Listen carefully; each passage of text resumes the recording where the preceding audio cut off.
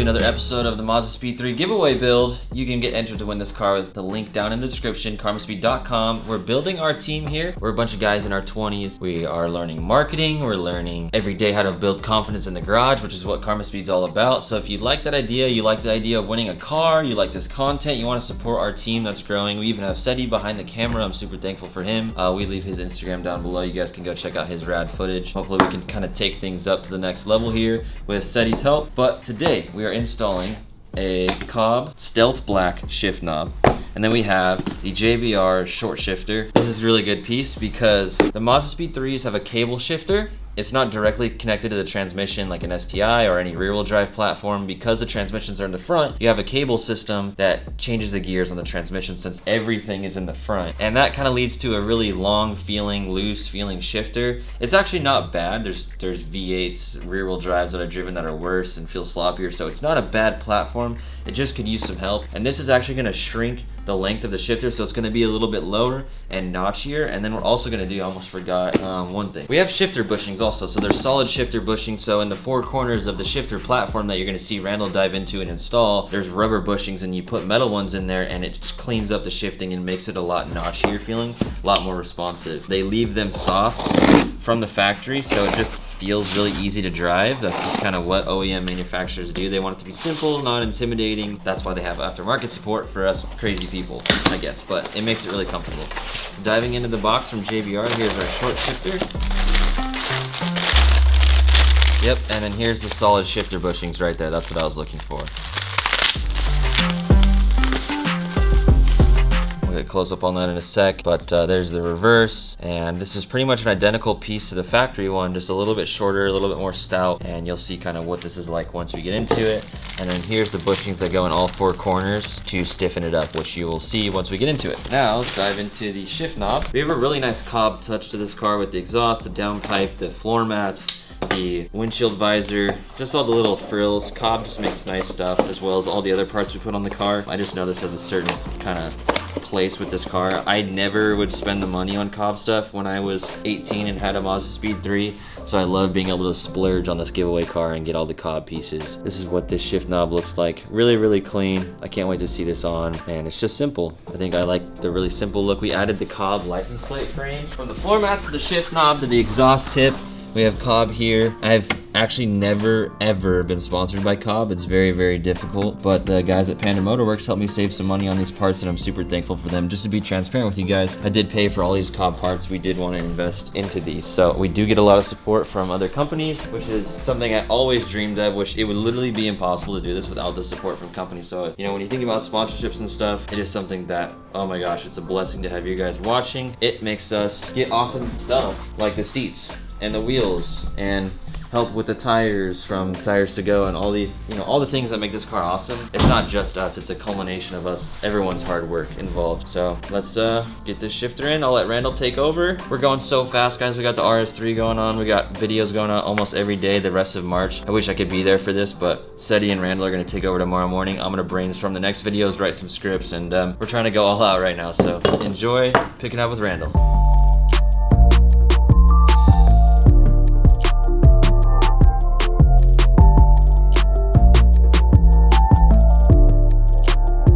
So we're going to be taking out the factory shifter, and we're going to be replacing it with a short shifter. So to do that, we're going to start off by unscrewing the knob here.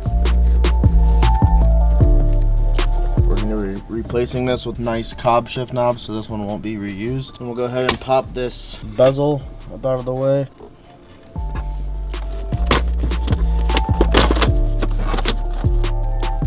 Of our electrical connector right here. We might remove this, make our life a little easier.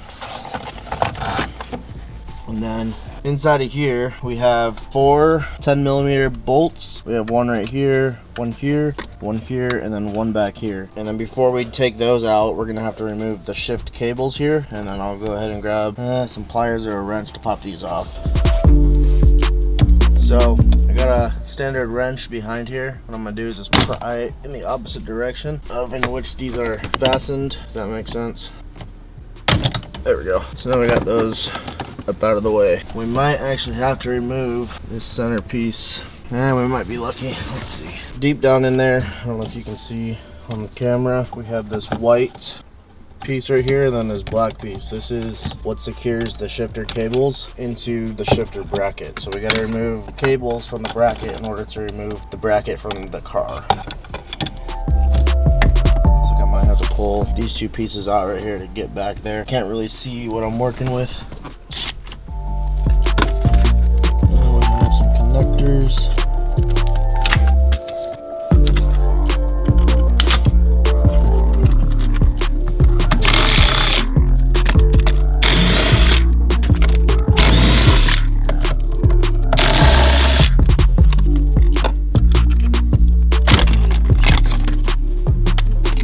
So what you really couldn't see very well, what the shifter cables actually mounted to in the back was these two little U indents. There's just a tab that slips in, and what you gotta do to pry it out, there's a little tab here, you pull that in, then you lift from the bottom, and then they'll slide upward. Same for both sides. And that's how I was able to get them out.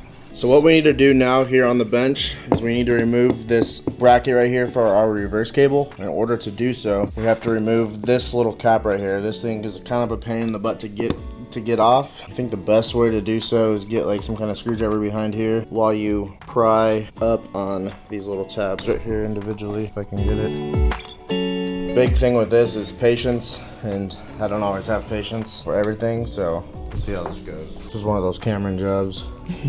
I like moving fast, and when it comes to tedious stuff like this, I lose my mind. So this clip right here that was holding in the reverse lever is absolutely destroyed. It kept breaking every single time I tried to pry up on the tabs, so I'm not too sure what I'm going to do with this as far as reassembling it, because this seems like one of those parts that are just not possible to find. So hopefully we can find something to make that work. In the meantime, we're just going to keep moving. So pull out the reverse gear, and then over here we have this little spring. So just kind of notate the orientation in which it sits, and then we'll go ahead and pop that off right there.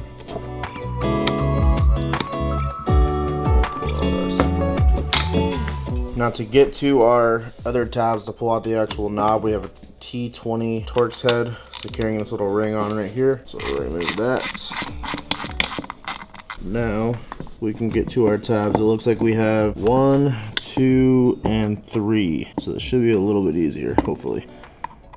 Pop that one out. I'm gonna put the screwdriver in there to hold it from going back.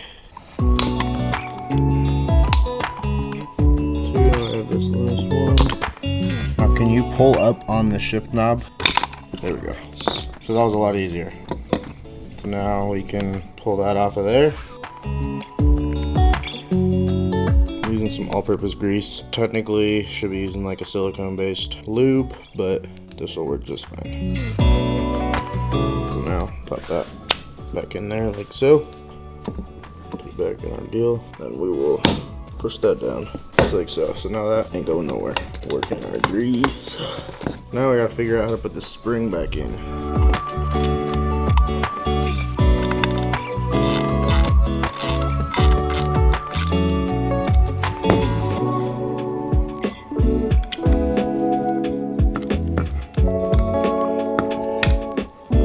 I'm gonna put some grease on this reverse knob that we're gonna slide back through. Try this clip to see if we can't get any kind of security on it. Doesn't look very good, I'll be honest with you. Got like one tab. She ain't going anywhere. She ain't going anywhere. I'm gonna get some hate in the comments. But you know what? It's all good. So I gotta take it back off anyways because I forgot to put this on. Rookie move number 1 of the day. Imagine if the clip was like brand new and I did that and then had to ruin another clip.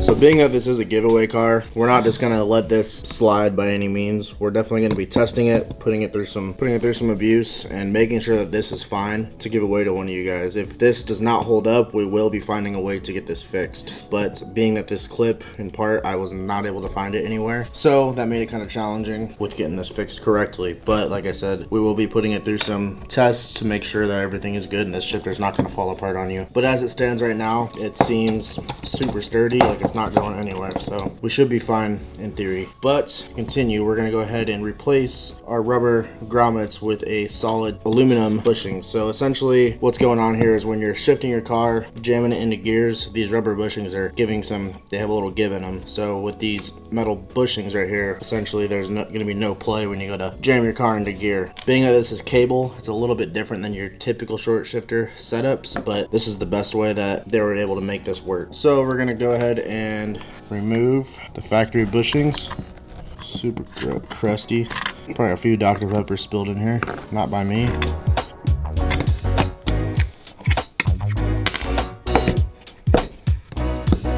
Carnation. Big buddies. We'll just yank it out. Bink.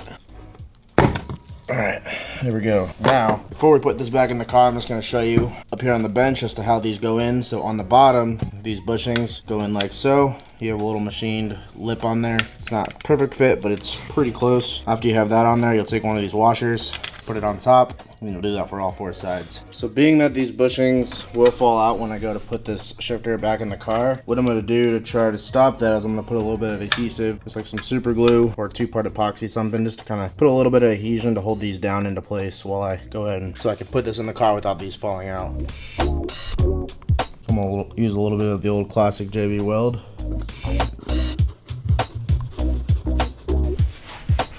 I went ahead and wiped away all the surface grease and whatnot that was on here. So now I'm just gonna take a little bit. Don't do anything crazy. Like I said, this is just to hold the bushings onto this shifter itself. Try to get that as centered as possible. We don't want these knots to line up when we go to put it back in the car. That'd be kind of rough.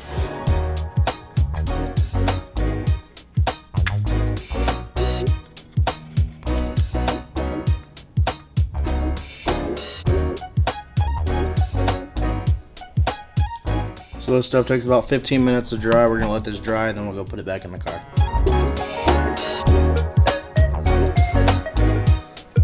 So now that's semi-dry. We'll be able to just go ahead and slide this in here without those bushings falling off.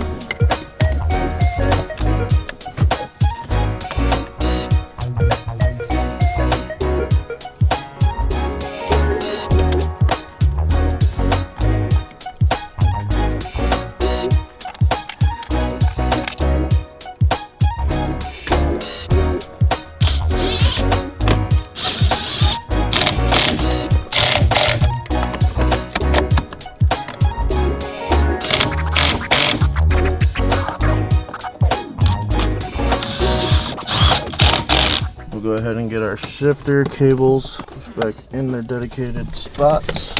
Kind of doing this blind, so this is kind of challenging. There's one of them. Now our reverse guy right here. There we go. Now, hook that up. Oh yeah, so much better. Alright, now we'll go ahead and put this back in.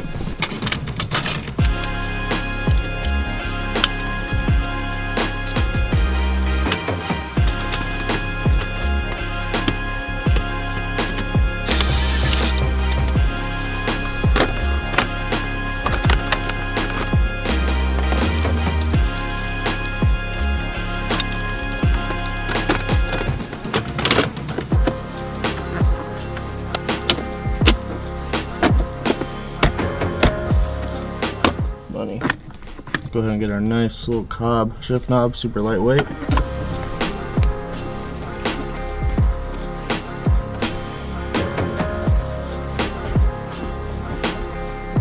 Super nice. Some short throws.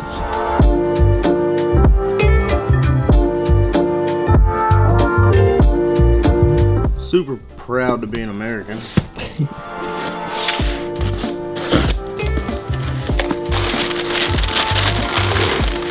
What we got here is our new battery box with the updated ECU location, I believe. Some stickers.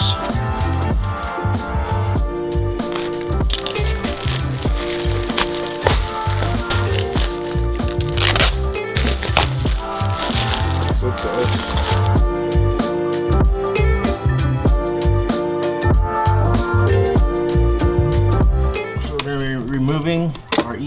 ECU and our battery. Super simple. We just gotta remove these bolts here, remove the cables, pull the battery out, then we'll take our tray out. It's secured in by 3 10mm bolts, and then we'll go ahead and proceed with fitting in the new battery box.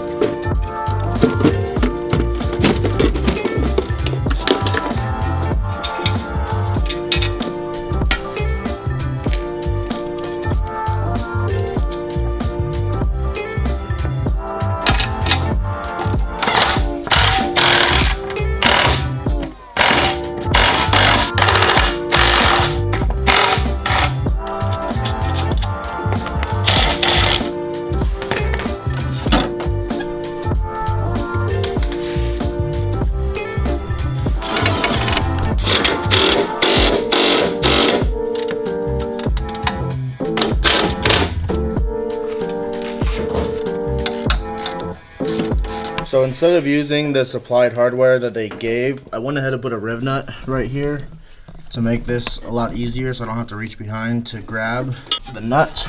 So now I'm gonna just line this straight up with this right here.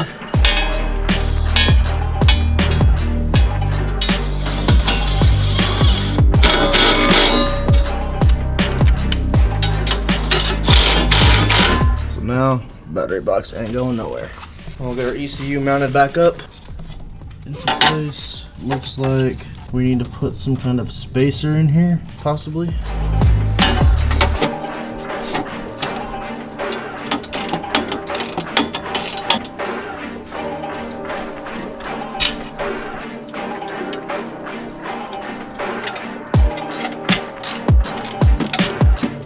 Should be enough room to slide our little guy down. Not really. We'll loosen them up.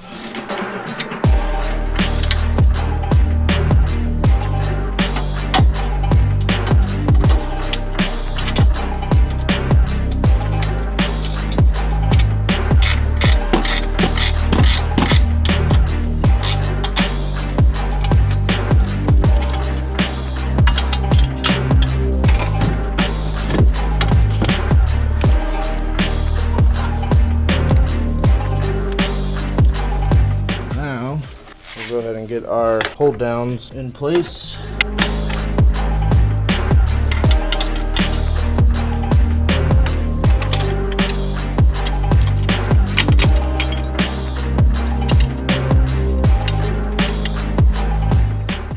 I believe these are 11mm. Yep, 11mm. Not very often do you use an 11mm, but we are today.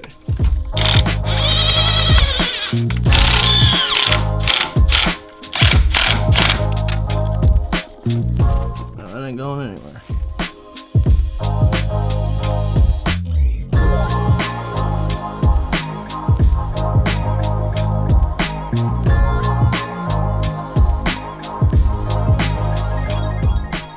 We have links down in the description to order these parts. If you guys want to check out a video of us installing some awesome Corbeau seats that are great for daily driver, but still fun to have in the hills, to hold you tight and give the car a much better feel because you're lower center of gravity. I'll have that video right here. You can click on it, go check out that process. It's super satisfying and those seats are so nice.